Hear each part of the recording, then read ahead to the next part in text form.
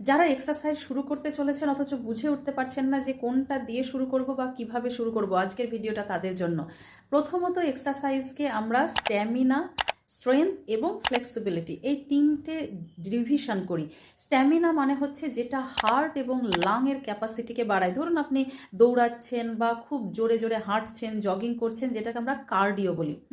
কিছু কার্ডিও এক্সারসাইজও আছে।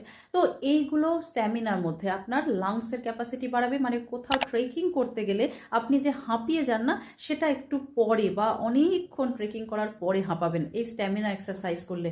আর strength, strength মানে কি মাসল পাওয়ারকে বাড়ানো। অনেকেই আছেন যে ওবেজ, তারা রোগা হতে চাইছেন। তো রোগা হওয়ার স্ট্র্যাটেজি হিসাবে আমরা কি বলি, যে আপনি মাসল বাড়ান, তাহলে ফ্যাট অটোমেটিক্যালি কমে যাবে। আপনার টার্গেট যেন ফ্যাট কমানোতে না থাকে, তাহলে কি হবে, হেলদি ওয়েতে আপনি ওয়েট লস করতে পারবেন।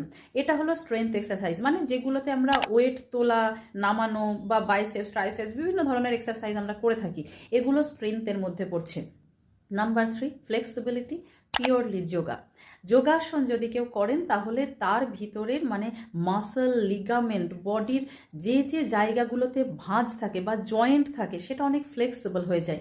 তাই যারাই এখন থেকে স্টার্ট করতে চলেছেন তাদেরকে বলবো অ্যাটলিস্ট সপ্তাহে 2 দিন আপনি কার্ডিও করুন, আর 3 দিন আপনি স্ট্রেংথ ট্রেনিং করুন বা এক্সারসাইজ করুন, আর 2 দিন অবশ্যই যোগা করুন।